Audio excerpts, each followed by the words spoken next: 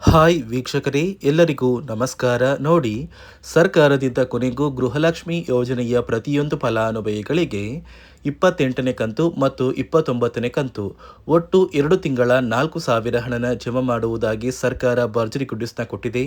ಇದರ ಜೊತೆಗೆ ನಿಮ್ಮ ಬ್ಯಾಂಕ್ ಖಾತೆಗೆ ಬಾಕಿ ಇರುವ ಗೃಹಲಕ್ಷ್ಮಿ ಯೋಜನೆಯ 26ನೇ ಕಂತು ಮತ್ತು 27ನೇ ಕಂತಿನ ಹಣನ ಕೂಡ ಸರ್ಕಾರ ಜಮಾ ಮಾಡ್ತಾ ಇದ್ದು, ಒಟ್ಟು 4 ತಿಂಗಳ ಗೃಹಲಕ್ಷ್ಮಿ ಯೋಜನೆಯ 8,000 ಹಣ ನಿಮ್ಮ ಬ್ಯಾಂಕ್ ಖಾತೆಗೆ ಜಮಾ ಆಗ್ತಾ ಇದೆ. ನಾಳೆ ಭಾನುವಾರ ಏಪ್ರಿಲ್ 5ರಂದು ಕರ್ನಾಟಕದ 27 ಜಿಲ್ಲೆಗಳಿಗೆ ಈ ಒಂದು ಹಣ ಬರ್ತಾ ಇದೆ. ನೀವು ಈ ಒಂದು ಹಣ ಪಡಿಬೇಕು ಅಂದರೆ ಗೃಹಲಕ್ಷ್ಮಿಗೆ ಬಂದಿರುವ ಹೊಸ ನಿಯಮಗಳನ್ನ ಪಾಲಿಸಬೇಕು ಮತ್ತು ಗೃಹಲಕ್ಷ್ಮಿಗೆ ಮರು ಅರ್ಜಿನ ಹಾಕಬೇಕು. ಅದೇ ರೀತಿ ರೇಷನ್ ಕಾರ್ಡ್ ದಾರರಿಗೂ ಕೂಡ ಸರ್ಕಾರ ಗುಡ್ ನ್ಯೂಸ್ಗಳನ್ನ ಕೊಟ್ಟಿದೆ ಮತ್ತು ಹೊಸ ರೇಷನ್ ಕಾರ್ಡ್ಗೆ ಅರ್ಜಿನ ಕೂಡ ಸ್ವೀಕಾರ ಮಾಡ್ತಾ ಇದೆ. ಹಾಗಾದರೆ ಸರ್ಕಾರದಿಂದ ಬಂದಿರುವ ಮಾಹಿತಿ ಏನು ಅಂತ ತಿಳ್ಕೊಳ್ಳೋಣ. ಅದಕ್ಕಿಂತ ಮೊದಲು ನೋಡಿ ವೀಕ್ಷಕರೇ, ನೀವೇನಾದ್ರೂ ಇನ್ನೂ ಕೂಡ ನನ್ನ ಚಾನಲ್ನ ಸಬ್ಸ್ಕ್ರೈಬ್ ಆಗಿಲ್ಲ ಅಂದರೆ ದಯವಿಟ್ಟು ಪ್ರತಿಯೊಬ್ಬರು ಚಾನಲ್ನ ಸಬ್ಸ್ಕ್ರೈಬ್ ಮಾಡ್ಕೊಳ್ಳಿ, ಹಾಗೆ ವಿಡಿಯೋಗೆ ಒಂದು ಲೈಕ್ನ ಕೊಡಿ. ಹೌದು ವೀಕ್ಷಕರೇ, ಸರ್ಕಾರ ಕೊನೆಗೂ ಪ್ರತಿಯೊಂದು ಗೃಹಲಕ್ಷ್ಮಿ ಯೋಜನೆಯ ಫಲಾನುಭವಿಗಳ ಬ್ಯಾಂಕ್ ಖಾತೆಗೆ 28ನೇ ಕಂತು ಮತ್ತು 29ನೇ ಕಂತಿನ ಹಣನ ಜಮಾ ಮಾಡ್ತಾ ಇದೆ. ಅಂದರೆ 2 ತಿಂಗಳ 4,000 ಹಣ ಬರ್ತಾ ಇದೆ. ಇದರ ಜೊತೆಗೆ 26 ಮತ್ತು 27ನೇ ಕಂತಿನ ಹಣ ಬಾಕಿ ಇದ್ರೂ ಕೂಡ ಈ 2 ತಿಂಗಳ ಹಣನ ಕೂಡ ಜಮಾ ಮಾಡ್ತಾ ಇದ್ದು, ಒಟ್ಟು 4 ತಿಂಗಳ 8,000 ಗೃಹಲಕ್ಷ್ಮಿ ಹಣನ ನಿಮ್ಮ ಬ್ಯಾಂಕ್ ಖಾತೆಗೆ ಏಪ್ರಿಲ್ 5 ಭಾನುವಾರ ಕರ್ನಾಟಕದ 27 ಜಿಲ್ಲೆಗಳಿಗೆ ಹಣ ಜಮಾ ಮಾಡ್ತಾ ಇದ್ದು, ಯಾವ ಜಿಲ್ಲೆಗಳಿಗೆ ಹಣ ಬರ್ತಾ ಇದೆ ಅಂದರೆ ಬಾಗಲಕೋಟೆ, ಬೆಳಗಾವಿ, ವಿಜಯಪುರ, ಧಾರವಾಡ, ಗದಗ, ಹಾವೇರಿ, ಉತ್ತರ ಕನ್ನಡ, ಚಾಮರಾಜನಗರ, ಚಿಕ್ಕಮಗಳೂರು, ದಕ್ಷಿಣ ಕನ್ನಡ, ಹಾಸನ, ಕೊಡಗು, ಮಂಡ್ಯ, ಮೈಸೂರು, ಉಡುಪಿ, ಬೆಂಗಳೂರು ನಗರ, ಬೆಂಗಳೂರು ಗ್ರಾಮಾಂತರ, ರಾಮನಗರ, ಚಿಕ್ಕಬಳ್ಳಾಪುರ, ಚಿತ್ರದುರ್ಗ, ದಾವಣಗೆರೆ, ಕೋಲಾರ, ಶಿವಮೊಗ್ಗ, ತುಮಕೂರು, ಬಳ್ಳಾರಿ, ಬೀದರ್, ಕಲಬುರಗಿ, ಕೊಪ್ಪಳ, ರಾಯಚೂರು, ಯಾದಗಿರಿ ಮತ್ತು ವಿಜಯನಗರ ಈ ಜಿಲ್ಲೆಗಳ ಪ್ರತಿಯೊಂದು ಫಲಾನುಭವಿಗಳಿಗೆ ಈಗಾಗಲೇ ಗೃಹಲಕ್ಷ್ಮಿ ಯೋಜನೆಯ 28 ಮತ್ತು 29ನೇ ಕಂತಿನ ಹಣ ಜಮಾ ಆಗ್ತಾ ಇದೆ. ಬಾಕಿ ಇರುವ 2 ತಿಂಗಳ ಹಣ ಕೂಡ ಬರುತ್ತೆ. ಆದರೆ ಸುಮಾರು 2 ಲಕ್ಷದ ಅಧಿಕ ಫಲಾನುಭವಿಗಳ ಬ್ಯಾಂಕ್ ಖಾತೆಗೆ ಇನ್ನು ಮುಂದೆ ಗೃಹಲಕ್ಷ್ಮಿ ಹಣನ ಸರ್ಕಾರ ಕ್ಯಾನ್ಸಲ್ ಮಾಡಿದ್ದು, ಯಾವ ಕಾರಣಕ್ಕೆ ಈ ಒಂದು ಫಲಾನುಭವಿಗಳಿಗೆ ಹಣ ಕ್ಯಾನ್ಸಲ್ ಆಗಿದೆ ಅಂತ ನೀವು ಕೇಳಬಹುದು. ಗೃಹಲಕ್ಷ್ಮಿ ಯೋಜನೆಯಲ್ಲಿ ಸುಮಾರು 2 ಲಕ್ಷಕ್ಕಿಂತ ಅಧಿಕ ಮಹಿಳೆಯರು ಮರಣ ಹೊಂದಿದ್ದಾರೆ. ಈ ಮರಣ ಹೊಂದಿರುವ ಫಲಾನುಭವಿಗಳಿಗೂ ಕೂಡ ಸರ್ಕಾರ ಗೃಹಲಕ್ಷ್ಮಿ ಹಣನ ಜಮಾ ಮಾಡ್ತಾ ಇದೆ.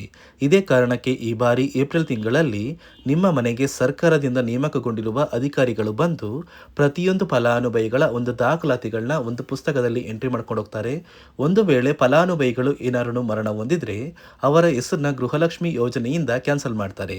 ಅದೇ ಕಾರಣಕ್ಕೆ ನೀವು ಇನ್ನು ಮುಂದೆ ಪ್ರತಿ ವರ್ಷದ ಅಂತ್ಯದಲ್ಲಿ ಗೃಹಲಕ್ಷ್ಮಿ ಯೋಜನೆಗೆ ನೀವು ಹೊಂದಿರುವ ಒಂದು ಲೈಫ್ ಸರ್ಟಿಫಿಕೇಟ್ನ ಕೊಟ್ಟು ಮರು ಅರ್ಜಿನ ಹಾಕಬೇಕಾಗುತ್ತೆ.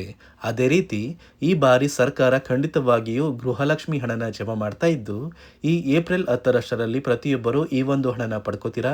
ಅದೇ ರೀತಿ ರೇಷನ್ ಕಾರ್ಡ್ ಹೊಂದಿರುವ ಪ್ರತಿ ಕಾರ್ಡ್ದಾರರಿಗೂ ಕೂಡ ಸರ್ಕಾರ 3 ಭರ್ಜರಿ ಗುಡ್ ನ್ಯೂಸ್ನ ಕೊಟ್ಟಿದ್ದು, ಮೊದಲ ಒಂದು ಗುಡ್ ನ್ಯೂಸ್ ಬಂದು ನೀವು ಹೊಸ ರೇಷನ್ ಕಾರ್ಡ್ಗೆ ಅರ್ಜಿ ಹಾಕಬೇಕು ಅಂತ ಇಲ್ಲಿಯವರೆಗೂ ವೇಟ್ ಮಾಡ್ತಾ ಇದ್ರಿ, ಇದೀಗ ನೀವು ಹೊಸ ಒಂದು ರೇಷನ್ ಕಾರ್ಡ್ನ ಪಡೆಯೋಕೆ ಅರ್ಜಿನ ಹಾಕ್ಬೋದು. ಯಾಕಂದ್ರೆ ಸುಮಾರು 1,50,000ಕ್ಕಿಂತ ಅಧಿಕ ರೇಷನ್ ಕಾರ್ಡ್ಗೆ ಸರ್ಕಾರ ಪರ್ಮಿಷನ್ ಕೊಟ್ಟಿದ್ದು, ಹೊಸ ರೇಷನ್ ಕಾರ್ಡ್ಗೆ ಅರ್ಜಿನ ಸ್ವೀಕಾರ ಮಾಡ್ತಾ ಇದೆ. ಅದೇ ರೀತಿ ಎರಡನೆಯ ಒಂದು ಗುಡ್ ನ್ಯೂಸ್ ಬಂದು ನಿಮ್ಮ ಒಂದು ರೇಷನ್ ಕಾರ್ಡ್ಗೆ ಸಿಗುವಂತಹ ಉಚಿತ ಅಕ್ಕಿ ಏನಿದೆ, ಆ ಒಂದು ಉಚಿತ ಅಕ್ಕಿ ಜೊತೆಗೆ ಸರ್ಕಾರ 5 ರೀತಿಯ ಆಹಾರ ಪದಾರ್ಥಗಳನ್ನ ಇನ್ನು ಮುಂದೆ ಪ್ರತಿ ತಿಂಗಳು ಉಚಿತವಾಗಿ ಕೊಡ್ತಾ ಇದ್ದು, ಏಪ್ರಿಲ್ 10ರ ನಂತರ ನಿಮ್ಮ ಒಂದು ಕಾರ್ಡಿಗೆ 5 ರೀತಿಯ ಆಹಾರ ಪದಾರ್ಥಗಳು ಉಚಿತವಾಗಿ ಸಿಗ್ತಾ ಇದೆ. ಅದೇ ರೀತಿ ಮೂರನೆಯ ಒಂದು ಗುಡ್ ನ್ಯೂಸ್ ಬಂದು ಇನ್ನು ಮುಂದೆ ನೀವು ಉಚಿತ ಅಕ್ಕಿ ಪಡೆಯುವಾಗ ಆ ಒಂದು ಬಯೋಮೆಟ್ರಿಕ್ ಮಷಿನ್ ಮೇಲೆ ಬೆರಳನ್ನ ಇಟ್ಟು ಅಕ್ಕಿನ ಪಡಿತಾ ಇದ್ರಿ. ಇನ್ನು ಮುಂದೆ ಆ ಒಂದು ಮಷಿನಲ್ಲಿ ನಿಮ್ಮ ಒಂದು ಬೆರಳು ವರ್ಕ್ ಆಗಿಲ್ಲ ಅಂದ್ರೂ ಕೂಡ ಸರ್ಕಾರದಿಂದ ನಿಮ್ಮ ಒಂದು ರೇಷನ್ ಕಾರ್ಡ್ಗೆ ಅಕ್ಕಿನ ಕೊಡಬೇಕು ಅಂತ ಆದೇಶ ಕೊಟ್ಟಿದೆ. ನಿಮ್ಮ ಒಂದು ರೇಷನ್ ಕಾರ್ಡ್ ಡೀಟೇಲ್ಸ್ನ ಒಂದು ಪುಸ್ತಕದಲ್ಲಿ ಎಂಟ್ರಿ ಮಾಡಿ ನಿಮ್ಮ ಕಾರ್ಡಿಗೆ ಆ ಒಂದು ಅಧಿಕಾರಿಗಳು ಉಚಿತ ಅಕ್ಕಿನ ಕೊಡ್ತಾರೆ. ಈ 3 ಗುಡ್ ನ್ಯೂಸ್ನ ಸರ್ಕಾರ ಪ್ರತಿ ಫಲಾನುಭವಿಗಳಿಗೂ ಕೊಡ್ತಾ ಇದೆ. ಆದರೆ ಗೃಹಲಕ್ಷ್ಮಿ ಹಣ ಮತ್ತು ಈ ಸೌಲಭ್ಯಗಳು ಸಿಗಬೇಕು ಅಂದರೆ ಸರ್ಕಾರ ಕೆಲವು ನಿಯಮಗಳನ್ನ ಕೂಡ ಜಾರಿಗೆ ತಂದಿದೆ. ಅದೇ ರೀತಿ ನೋಡಿ ಸ್ನೇಹಿತರೆ, ಈ ಬಾರಿ ಸುಮಾರು 1 ಲಕ್ಷಕ್ಕಿಂತ ಅಧಿಕ ಫಲಾನುಭವಿಗಳ ಬ್ಯಾಂಕ್ ಖಾತೆಗೆ ಸರ್ಕಾರ ಗೃಹಲಕ್ಷ್ಮಿ ಯೋಜನೆಯ ಹಣನ ಜಮಾ ಮಾಡ್ತಾ ಇಲ್ಲ. ಕಾರಣ ಏನು ಅಂದರೆ ನಿಮ್ಮ ಬ್ಯಾಂಕ್ ಖಾತೆಗೆ ಡೆಬಿಟ್ ಮೂಲಕ ಹಣ ಜಮಾ ಮಾಡುವಂತಹ ಸಂದರ್ಭದಲ್ಲಿ ಸರ್ಕಾರ ಸಾಕಷ್ಟು ಫಲಾನುಭವಿಗಳ ಒಂದು ಬ್ಯಾಂಕ್ ಖಾತೆಗೆ ಹಣ ಜಮಾ ಮಾಡೋದನ್ನು ಕ್ಯಾನ್ಸಲ್ ಮಾಡಿದೆ. ಯಾಕಂದರೆ ಇತ್ತೀಚೆಗೆ ಹಣಕಾಸು ಇಲಾಖೆ ಜಾರಿಗೆ ತಂದಿರುವ 5 ನಿಯಮಗಳ ಆಧಾರದ ಮೇಲೆ ಪ್ರತಿಯೊಂದು ಫಲಾನುಭವಿಗಳಿಗೆ ಸರ್ಕಾರ ಈ ಒಂದು ಹಣನ ಜಮಾ ಮಾಡ್ತಾ ಇದ್ದು, ಯಾರೆಲ್ಲ ಫಲಾನುಭವಿಗಳು ಈ ನಿಯಮಗಳನ್ನ ಪಾಲಿಸಿಲ್ಲ ನಿಮ್ಮ ಬ್ಯಾಂಕ್ ಖಾತೆಗೂ ಕೂಡ ಹಣ ಜಮಾ ಆಗೋದಿಲ್ಲ. ಹಾಗಾದರೆ ಬನ್ನಿ ಸ್ನೇಹಿತರೆ, ಸರ್ಕಾರ ಜಾರಿಗೆ ತಂದಿರುವ ಆ 5 ಹೊಸ ನಿಯಮಗಳು ಏನು ಅಂತ ನಾನು ನಿಮಗೆ ತಿಳಿಸ್ಕೊಡ್ತಾ ಇದ್ದೀನಿ. ನೋಡಿ ಸ್ನೇಹಿತರೆ, ಮೊದಲನೆಯ ಒಂದು ನಿಯಮ ಬಂದು ಸಾಕಷ್ಟು ಫಲಾನುಭವಿಗಳು ಹೊಂದಿರುವಂತಹ ಒಂದು ರೇಷನ್ ಕಾರ್ಡ್ ಏನಿದೆ, ಆ ಒಂದು ರೇಷನ್ ಕಾರ್ಡ್ನ ಮನೆಯ ಸದಸ್ಯರ ಪ್ರತಿಯೊಬ್ಬರ ಒಂದು ಆಧಾರ್ ಕಾರ್ಡ್ನ ನಿಮ್ಮ ರೇಷನ್ ಕಾರ್ಡ್ಗೆ ಕಡ್ಡಾಯವಾಗಿ ಲಿಂಕ್ ಮಾಡಿಸ್ಬೇಕು.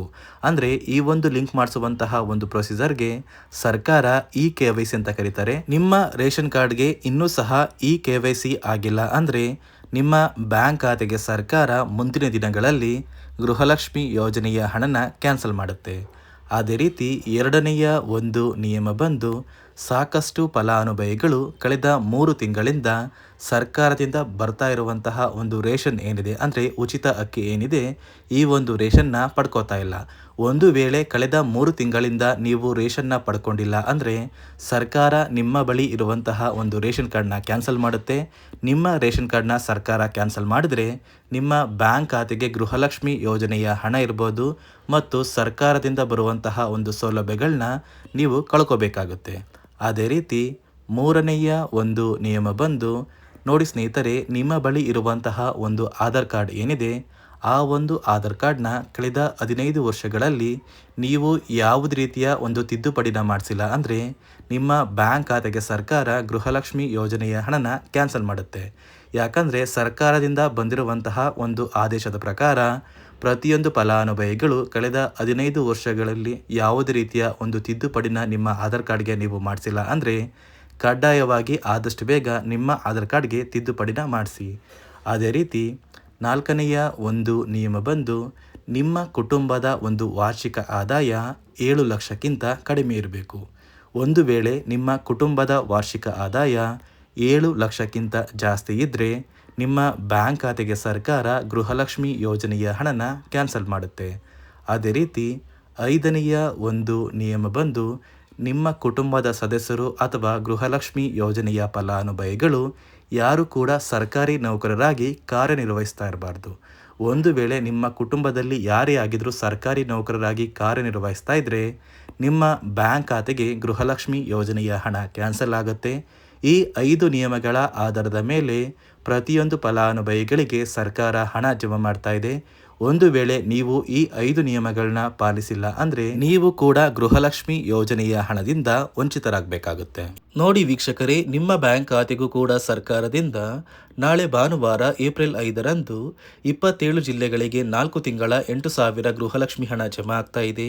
ಅದೇ ರೀತಿ ಪ್ರತಿಯೊಂದು ರೇಷನ್ ಕಾರ್ಡ್ ದಾರರಿಗೂ ಕೂಡ ಸರ್ಕಾರ 3 ಗುಡ್ ನ್ಯೂಸ್ನ ಕೊಟ್ಟಿದ್ದು ಪ್ರತಿಯೊಬ್ಬರು ಪ್ರತಿ ಸೌಲಭ್ಯಗಳನ್ನ ಪಡ್ಕೋತೀರಾ ಅಂತ ಹೇಳ್ತಾ, ಇದಿಷ್ಟು ಸರ್ಕಾರದಿಂದ ಬಂದಿರುವ ಹೊಸ ಮಾಹಿತಿಯಾಗಿದೆ.